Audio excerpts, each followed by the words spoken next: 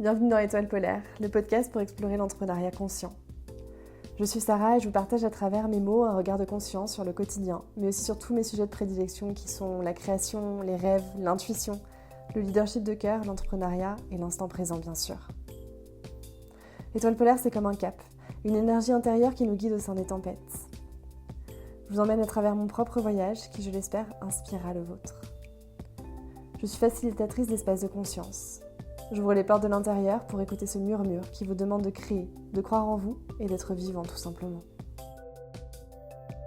Bienvenue dans ce nouvel épisode que je suis un peu inspirée par tout ce que je fais autour d'Étoile polaire en ce moment parce que je suis en plein lancement de la deuxième promotion du Mastermind. Et du coup, j'ai pas mal de mots, pas mal d'idées, pas mal de structuration en fait de ce que c'est l'entrepreneuriat conscient qui descendent. Du coup, je me suis dit que j'allais vous enregistrer un petit épisode de podcast pour vous partager un peu tout ça. Et notamment, ce qui me venait comme intention un peu pour enregistrer ce podcast, c'est vraiment en fait, qu'est-ce que ça change d'avoir de la conscience dans ces projets? Parce que, en fait, il y en a des entreprises qui réussissent sans avoir cette conscience-là. Il y en a des entrepreneurs qui génèrent des millions sans forcément de conscience. Voilà, donc j'avais vraiment envie de faire un point sur ce que ça change, ce que ça peut apporter, pourquoi c'est une voie qui est pas forcément simple et pas forcément la meilleure, c'est une des voies possibles. Et en même temps, moi, c'est celle que j'ai choisie parce que elle me nourrit profondément sur tous les plans. Elle me nourrit sur le plan matériel, elle me nourrit sur le plan spirituel, elle me nourrit sur le plan créatif. Donc, euh, donc voilà, donc quelques mots pour vous partager un peu ce que ça change en fait d'avoir ces regards de conscience, qu'on l'ait dès le départ de tous ces projets, en fait, quels que soient les projets d'ailleurs, ou qu'on l'intègre au fur et à mesure dans une nouvelle ouverture à la vie. Il me semble que c'est indispensable au XXIe siècle avec tous les changements, les bouleversements qui sont en train d'arriver, que ce soit l'intelligence artificielle, que ce soit les changements climatiques. Enfin, c'est indispensable d'avoir des outils qui nous relient à la fois à la foi, justement, à quelque chose qui a un peu de l'ordre du sens, de l'espérance, alors qu'il y a quand même pas grand-chose auquel se raccrocher dans nos sociétés. De quelque chose d'un peu, je sais pas si le terme c'est magique, mais en tout cas, ouais, qui donne un sens, qui donne une direction. C'est justement un peu l'intention derrière Étoile polaire, c'est de donner cette intention de se relier à quelque chose qui est pas religieux, qui est genre presque de l'ordre des éléments de la nature, des éléments de la nature en soi et à l'extérieur. Voilà. Et puis donc il y a tous ces changements-là qui font qu'on a un peu enfin en tout cas, moi j'ai traversé des grandes périodes sans savoir à quoi me raccrocher et la foi en quelque chose de plus grand, la foi en une certaine unité intérieure me porte beaucoup et me sert de sens parfois. Alors peut-être que c'est moi qui l'invente et en même temps, si ça me guide et si ça me permet de tenir debout en tant qu'être humain, je prends. Et il y a aussi le fait je pense que la conscience, que toute cette intelligence intuitive, spirituelle permet aussi une forme de résilience boussole intérieure, pour, naviguer dans tous ces changements qui sont un peu sans précédent et qui en plus sont hyper rapides, donc il y a pas forcément le temps à la pensée rationnelle de s'installer et c'est, d'autant plus important du coup de développer son intuition, de lui faire confiance parce qu'il y a des choses qui sont enfin, je pense que tous les changements sont assez inattendus, mais je trouve qu'il y a un rythme assez rapide quand même, dans l'ère où on est en fait. Et, et j'ai toujours cet exemple en tête que j'avais lu dans le livre de Romain Cristofini, qui s'appelle, je ne sais plus exactement comment, je vous le mettrai en commentaire, mais autour de l'intelligence spirituelle, en gros, et du leadership. Et il avait recueilli le témoignage d'un dirigeant d'entreprise qui était passé sur Zoom à la fin de l'année 2019 parce qu'il sentait qu'il y avait un gros changement qui allait venir dans le mode du travail. Donc lui, il avait fait ça intuitivement sans savoir que du coup, 2-3 mois après, il y aurait eu... donc il y avait cet épisode du Covid, du déconfinement et du coup du télétravail un peu imposé par la force des choses à la plupart des entreprises. Et donc lui, en fait, en suivant son intuition l'année d'avant, finalement, il avait eu une transition hyper smooth, enfin hyper smooth. En tout cas, il avait les outils déjà prêts pour ça. Et je me dis, bah, en fait, développer son intuition, c'est aussi prendre un peu d'avance, ne pas être surpris par ce genre de changement. En tout cas, ça développe une capacité de résilience. Bref, du coup, c'est un peu les deux points, à la fois à la fois la guidance dans cette ère un peu incertaine de changement, que ça permet d'avoir de la conscience, enfin, qui pour moi, en tout cas, ça a du sens de poser ces regards de conscience sur les projets. Et ensuite, qu'est-ce que ça apporte? J'ai plein de points à vous développer. J'ai plein de points à vous partager. Et c'est pas exhaustif, bien sûr, c'est que mon prisme et mon expérience. Donc, je serais hyper curieuse que vous me disiez, en... que vous m'envoyiez par mail ou par MP, ce que pour vous, ça apporte d'avoir de la conscience dans ces projets. Moi, un des premiers trucs qui m'est venu à l'esprit en préparant cet épisode, c'était d'avoir une forme de se laisser traverser, en fait. De se laisser traverser et d'arrêter de choisir mentalement, d'arrêter de vouloir, d'arrêter de savoir. En fait, ça, c'est plus important, passer un certain cap et passer un moment dans l'intuition, ça se dessine, je trouve, en fait, juste se laisser traverser par les projets qui ont besoin de vivre à travers nous, traverser par les idées. Du coup, je trouve que ça, enfin, en tout cas pour moi, ça enlève un peu de pression d'avoir cette vision-là. Et ça me permet, je pense, d'accéder à des projets aussi que j'envisagerais pas forcément mentalement parce que pas forcément possible et en fait qui me traversent et je me dis bon bah ok je vais les faire parce que c'est là et parce que je sens que c'est vivant, que ça m'apporte de la joie, que ça crée des paillettes à l'intérieur. C'est un peu ce que j'avais vécu par exemple pour les cartes paillettes. Bon, je savais que je voulais créer un oracle, mais je me disais toujours que c'était inaccessible, qu'il fallait que j'ai une grosse communauté, ou un illustrateur, ou une illustratrice. Enfin bref, je sais pas pourquoi je me mettais un monde entre la création d'un jeu de cartes et moi. Et en fait, à partir du moment où cette idée m'est traversée, je me suis dit, bah évidemment, déjà, je vais pas avoir de dessin, et puis je vais faire ci, ça, et puis c'est ça le message. Donc je l'ai écrit en 3 semaines. Et en fait, bon, déjà, ce projet m'a permis de renaître dans un postpartum un peu compliqué. Et en plus, Et en plus, du coup, de me laisser traverser complètement par ce projet, les cartes paillettes, je me suis dit, bah en fait, si c'est pas moi qui le fais, de toute façon, ce sera quelqu'un d'autre.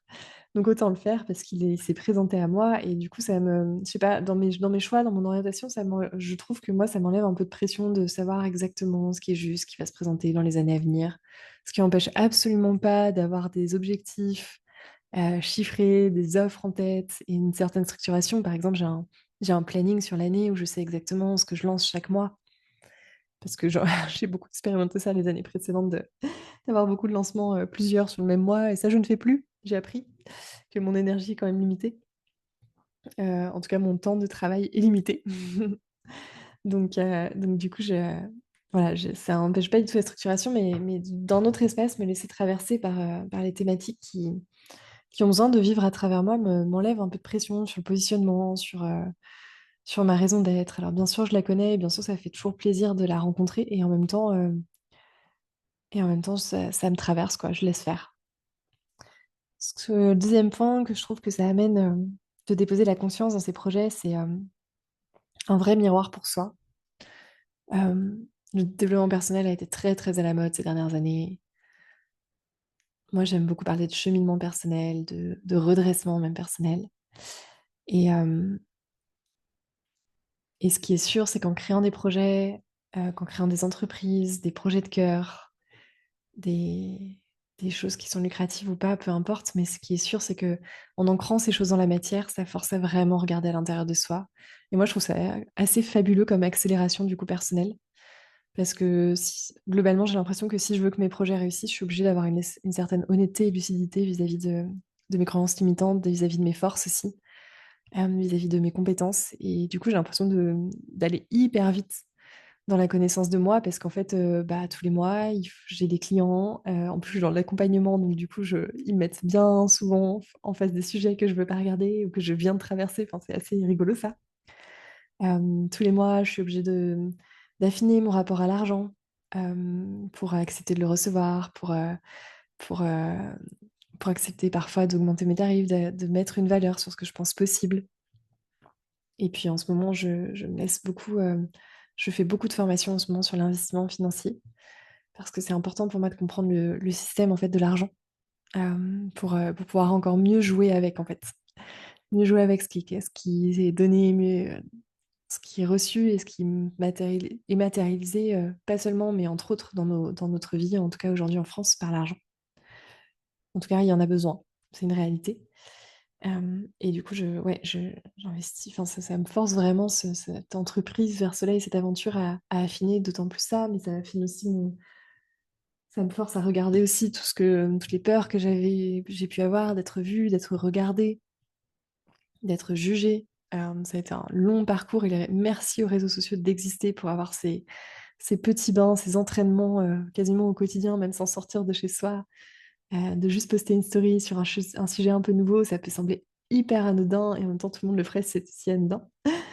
Mais ça force vraiment à regarder ces miroirs des endroits où c'est complètement tranquille à l'intérieur et des endroits où c'est encore un peu agité, où j'ose pas forcément y aller encore sur certains sujets. Enfin voilà, c'est un vrai miroir et une vraie accélération parce que enfin en tout cas dans ma vision des choses, chaque étape de mon développement d'entreprise est liée à un développement intérieur.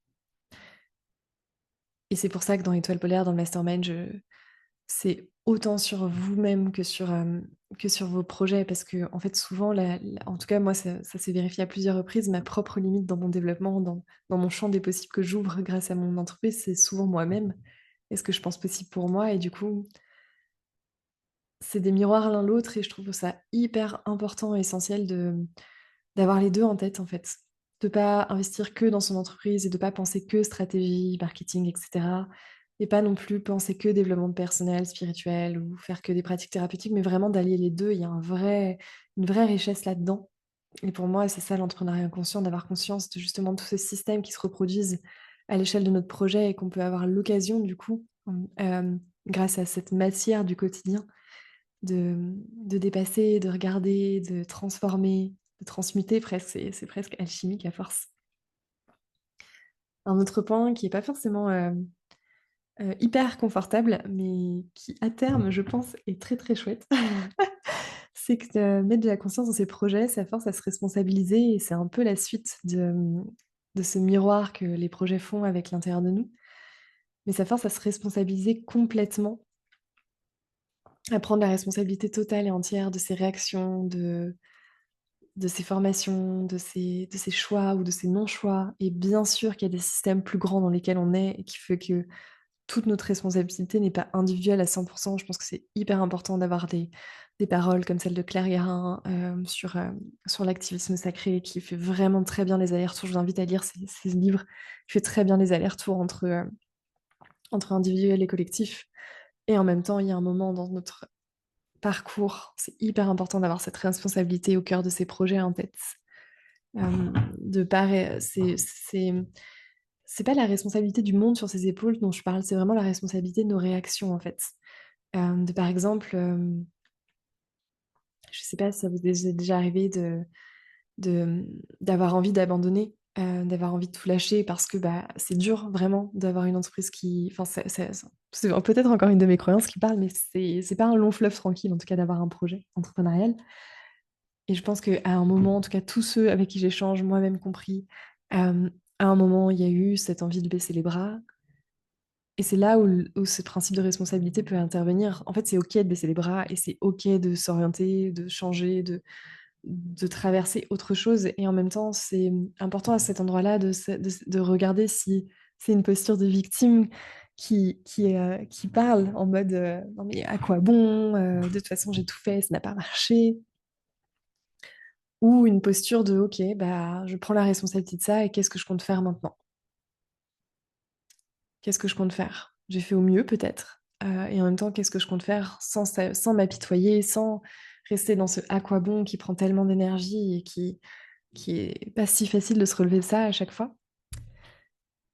Donc voilà, donc ouais, c'est la responsabilité est hyper importante et c'est vraiment un des éléments clés que je mets dans tous mes cadres de retraite, de mastermind, peu importe. La co-responsabilité dans ce que je construis, dans ce que je propose et la façon dont vous vous en emparez c'est important pour moi, par exemple, dans le mastermind, qu'il y ait pas, cette attente que je vous prenne par la main. Alors bien sûr, j'ouvre un espace, bien sûr, je crée une énergie, je propose une énergie qui est hyper transformatrice et élévatrice et en même temps, à un moment, c'est votre responsabilité de pas vous plaindre du format qui ne vous va pas, de pas vous plaindre de la façon dont les autres prennent la parole et moi, je veille à ce cadre et j'observe, les responsabilités ou pas qui se prennent à certains moments. Je vous les pointe à certains moments En même temps, parfois, c'est beau que vous apercevez au fil du temps les endroits où c'est encore pas tout à fait responsable à l'intérieur de vous. Et c'est génial, les espaces collectifs pour ça. Moi, j'adore. J'aime beaucoup l'individuel et j'ai gratitude immense pour mes mentors.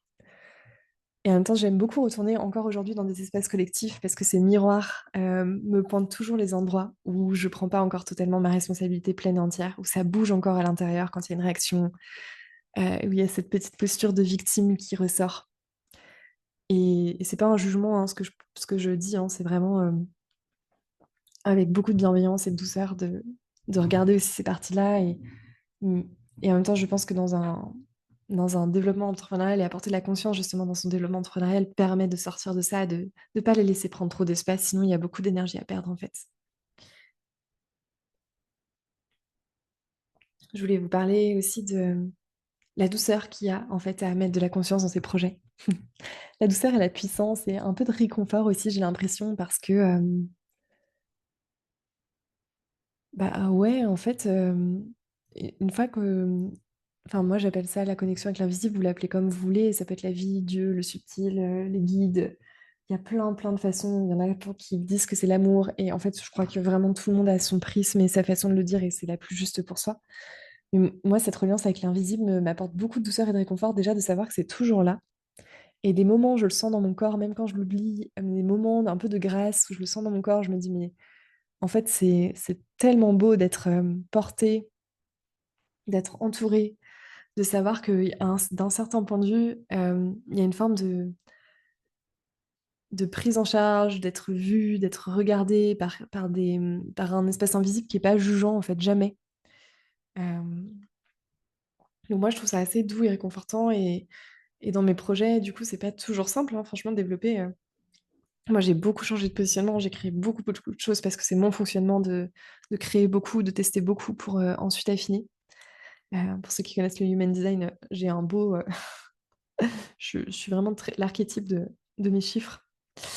Euh, mais voilà, je trouve qu'il y a vraiment quelque chose de doux, de réconfortant. Des fois, j'oublie ça et je prends des moments pour méditer ou pour marcher en me connectant à mes guides, à l'invisible, et je me rappelle à quel point c'est puissant d'avoir cette conscience de ce soutien. Et y compris au niveau de mon entreprise, je me connecte des fois à l'énergie vraiment de mon entreprise. Et c'est là où je vois que c'est beaucoup plus stable que mes états émotionnels, c'est beaucoup plus puissant et c'est beaucoup plus ouvert que ce que je pense souvent. Il y a un point essentiel dans la conscience sur l'entrepreneuriat qu'on peut avoir. Et pour le coup, je le vois, enfin, c'est vraiment très expérientiel. Là, ce que je vous partage, je le vois avec moi et avec les gens que j'accompagne.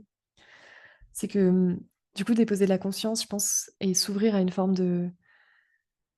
Bah, s'ouvrir à soi, en fait, complètement, finalement, ça revient à ça. Ça permet de trouver sa voie, VOIE et VOIX, les deux. Donc de trouver son chemin qui est propre à soi, de créer ses codes en fait à soi, son propre tracé en fait finalement, peu importe les effets de mode, les stratégies, ça permet ça et du coup en même temps je crois que ça permet de déployer sa voix vraiment celle qui vient du cœur, de la gorge, celle qui est posée par des mots, par des vidéos, par des chants, de l'écrit, enfin peu importe, c'est pas forcément une voix publique hein, ce que je mets derrière. J'ai des clients qui ont pas du tout une présence publique, qui en même temps, dans ce cheminement, font quand même trouvent cette voix, de l'exprimer parfois en interne auprès de leurs équipes, parfois auprès de leurs clients, de la façon dont ils veulent vraiment incarner les partenariats. Et donc ouais, c'est un peu ça que je mets derrière trouver sa voix et je trouve ça hyper beau en fait que ça soit public ou pas, c'est pas forcément un post Insta pour se mettre à poil, hein. C'est vraiment trouver une certaine de vérité intérieure qui s'exprime en fait d'une façon ou d'une autre à l'extérieur. Et ça peut paraître un peu abstrait et en même temps les moments où moi je touche ça du doigt, ben, je sais que ça vaut le coup de faire ça. Je sais que ça vaut le coup de prendre ma responsabilité, d'avoir pas mal d'honnêteté envers moi et parfois de me prendre des claques. Et en fait, quand je sens ma voix qui est hyper alignée, qui porte, je me dis, ah ouais, bah, ça vaut vachement le coup. Et un autre truc qui vaut vachement le coup, c'est que, en tout cas pour moi, déposer de la conscience dans mon projet, ça me force à reposer des oui à la vie, des grands oui. Parce que parce que à chaque nouveau palier entrepreneurial, c'est une nouvelle identité auquel dire oui. Parfois, c'est une identité à abandonner, auquel j'ai dit non. Et, et des fois, c'est retrouver une forme de puissance. Par exemple, je peux vous prendre un exemple, mais euh, là, en 2024-2025, j'ai vraiment traversé. Du coup, j'ai abandonné complètement mon identité yogique. Enfin, en tout cas, je la mets plus au premier plan du tout. Parce qu'elle servait. Enfin, ça alimentait plus du tout ma vision long terme de ce que je veux créer. Et je vous en parlerai très bientôt, j'espère. Et du coup, ça m'a forcé à reposer un vrai oui, du coup, à d'autres parties de moi qui sont celles plutôt d'accompagnante, de guérisseuse presque, je sais pas comment appeler ça vraiment, mais en tout cas de facilitatrice spirituelle. Et ça m'a redemandé d'affirmer, de repositionner ça, puisque je pouvais plus me cacher derrière le yoga. Et cette facette de professeur de yoga qui était quand même assez confortable pour moi et que je remercie vraiment, vraiment, vraiment d'avoir eu un moment parce que ça m'a autorisée à être vue, à être regardée et à être hyper OK avec ma voix et avec mon corps dans tous les espaces. Et du coup, ça m'a forcé à reposer ce oui-là, de déménager, de faire cette transition. Ça m'a forcé à reposer un grand oui de confiance envers mon entreprise, de me soutenir pendant cette période où j'avais moins de temps mental et énergétique et même factuellement dans mon agenda de travailler, de démarcher, de prospecter, de communiquer, enfin tout ce que vous voulez. Et en même temps, bah, ça s'est fait et la transition commence à se terminer. Je suis toujours là, mon entreprise est toujours vivante. J'ai quelques cheveux blancs au passage, mais voilà, ça m'a forcé à reposer ce grand oui aussi, à moi, ce que j'appelle des oui à la vie. Et voilà, et je pourrais terminer par le fait que ça, un projet entrepreneurial conscient, force, je pense, oblige à avoir une forme d'intelligence intuitive et à la suivre pour de vrai. C'est un peu ce que je transmets dans mon programme sur l'intuition, sur Galaxy Intuition, mais en fait, je me suis rendu compte à force d'échanger avec pas mal de personnes, c'est que le problème, c'est pas tant d'avoir de l'intuition.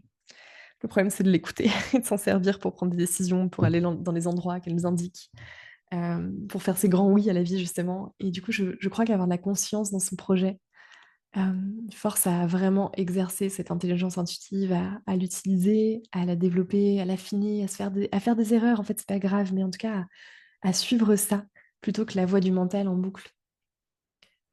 Voilà, c'était un peu ce que ça m'évoquait, du coup, de qu'est-ce que ça change d'avoir la conscience dans ces projets. J'espère que je vous ai transmis autant de joie et d'espoir que moi, ça m'évoque. Et si vous voulez vivre et traverser avec moi la prochaine étape de votre projet, de vos projets, pas forcément unique, mais en tout cas la prochaine version de vous, que vous ayez déjà de la conscience dans vos projets ou pas du tout, ou que vous ayez besoin d'un soutien, là, juste maintenant, de votre tribu de cœur et de moi-même, vraiment bienvenue dans le Mastermind Étoile Polaire. Je vous invite vraiment à regarder, à vous laisser appeler si jamais c'est juste pour vous, si c'est le moment et la proposition. Mais j'y ai vraiment mis un peu toute mon expérience, mes 10 ans d'expérience entrepreneuriale et spirituelle, les deux, euh, pour accompagner à la fois individuellement sur l'émotionnel, à la fois collectivement sur tous ces miroirs, ces prises de responsabilité, pour vraiment avoir des projets entrepreneuriaux qui passent un tout autre endroit de conscience, un tout autre niveau de conscience pour vous et du coup bah, pour le monde aussi. Parce que pour moi, les deux sont vraiment très très liés. Et du coup, la prochaine promo, elle démarre le 7 avril jusqu'en juillet.